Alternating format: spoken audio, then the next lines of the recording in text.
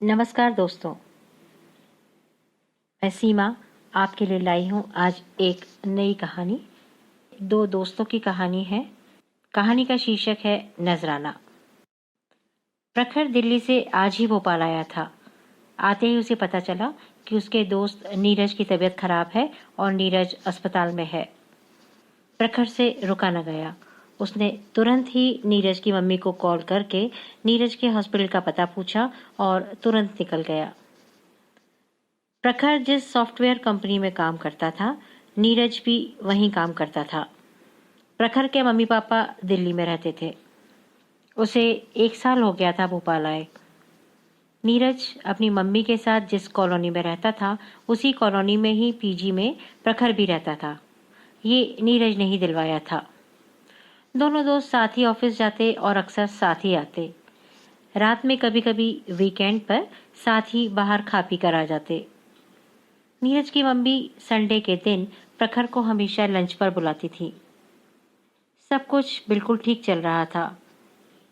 2 दिन की छुट्टी पर पिछले दिनों प्रखर दिल्ली गया था। इसी बीच नीरज बीमार पड़ गया। प्रखर जब हॉस्पिटल पहुंचा तब तक विजिटिंग मीटिंग का टाइम खत्म हो गया था। वो बाहर कॉरिडोर में इंतजार करने लगा। तभी उसने देखा कि नीरज की मम्मी हॉस्पिटल में परेशान सी आती दिखाई दी। प्रखर जल्दी से उनके पास पहुंचा। आंटी ने बताया कि नीरज का हार्ट का ऑपरेशन करने का डॉक्टर कह रहे हैं, लेकिन उनको इस ऑपरेशन के लिए 80,000 रुपए की ज़रूरत है। आंटी बोली कि आज संडे है, किसके पास जाऊं? हॉस्पिटल पैसे जमा करने को कह रहा है। अगर जल्दी से ऑपरेशन ना हुआ तो नीरज की जान को भी खतरा है। प्रखर ने देखा कि आंटी के चेहरे पर एक अनजानी सी दुख की छाया जम गई थी, क्योंकि कुछ साल पहले हार्ट की बीमारी से ही उन्होंने अंकल को भी खोया था। लेकिन नीरज को वो अब नहीं खो सकती थी। उसे याद आया कि एक दिन बातों ही बातों में नीरज ने बताया था कि जब से पापा गए, रिश्तेदारों ने भी कोई ना कोई बहाना बनाकर उन लोगों से मुंह मोड़ लिया है। तभी आंटी ने प्रखर का हाथ पकड़ते हुए कहा, बेटा कुछ मदद कर दे, तेरे भाई जैसा है नीरज। नीरज के ठीक होते ही तुझे सारे पैसे लौटा दूंगी। बेटा अंकल को खो चुकी हूँ, लेकिन नीरज को नहीं खो सकती। बेटा उसके सिवाय मेरा कोई नहीं है। और वो जोर जोर से रोने लगी। और प्रखर सोचने लगा कि अनजान शहर में वो इतने रुपयों का इंतजाम कहाँ से करे। तभी प्रखर ने देखा कि डॉक्टर आए और उन्होंने कहा कि नीरज की हालत नाजुक है, तुरंत डिसीजन लेना होगा। पैसों का इंतजाम करिए, काउंटर पे जमा करवा दीजिए। उसने अपने बॉस को कॉल कर नीरज के लिए मेडिकल एडवांस की बात कही। बॉस ने कहा कि कंपनी नई नई है, अभी इतनी जल्दी एडवांस मिलना मुश्किल है।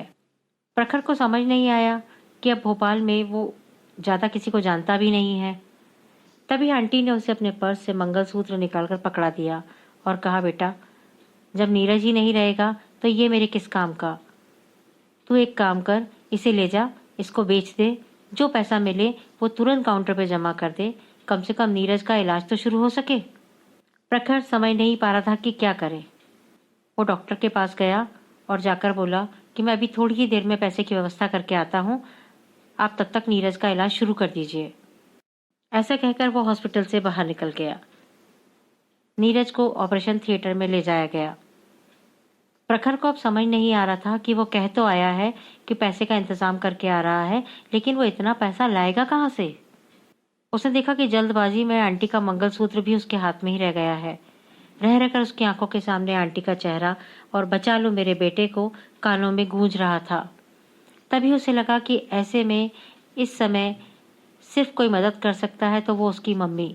उसे मम्मी से बात कर लेना चाहिए, क्योंकि बचपन से अब तक जब भी उसे परेशानी हुई, माँ ने ही उसकी मदद की। कहते हैं ना कि दिल से याद करो तो ईश्वर भी मिल जाते हैं। ठीक इंडियन टेलीपैथी के हिसाब से उसका मोबाइल बज रहा था। देखा, माँ का कॉल था। उसने भरे गले से कहा, माँ मैं आप ही को याद कर रहा था। और बिना टाइम गवाए उसने आंटी की सारी बात कह डाली और ये भी कहा कि वो एकदम इतने सारे रुपयों का इंतजाम कैसे करे। वो हॉस्पिटल में कहकर आ गया है कि जल्दी से रुपए लेकर आ रहा है। पर माँ सच बात तो यह है कि मैं कहाँ से लाऊं। मम्मी अब तक उसकी बात सुन रही थी। मम्मी जो प्यार से उसको पुच्चू कहती थी, बोली, पुच्चू तू एक काम कर, अपनी गले की चेन और अंगूठी बेचा, तुझे आराम से 1-1.5 लाख रुपया मिल जाएगा। प्रखर बोला, ये ये तो माँ आपके और पापा के प्यार की निशानी है।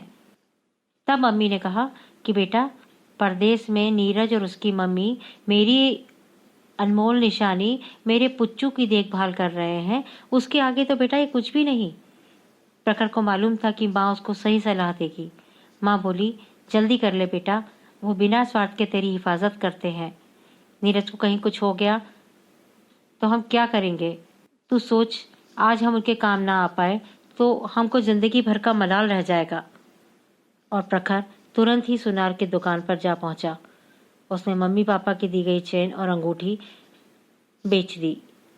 हालांकि उसे ज़्यादा पैसे नहीं, 1,10,000 रुपये ही मिले, पर उसने तय समय पर जाकर अस्पताल में वो पैसा जमा कर दिया। बचा हुआ पैसा उसने आंटी के हाथ में रखा और उसने आंटी का मंगलसूत्र देते हुए कहा कि आंटी, आप चिंता मत करो, ऑफिस से पैसे की व्यवस्था हो गई। आंटी के चेहरे पर संतोष के भाव जाग उठे। प्रखर को लगा कि किसी के दुख में साथ देने से बड़ा पुण्य इस धरती पर कुछ भी नहीं है। दोस्तों, ये तो थी एक बहुत सीधी सी कहानी।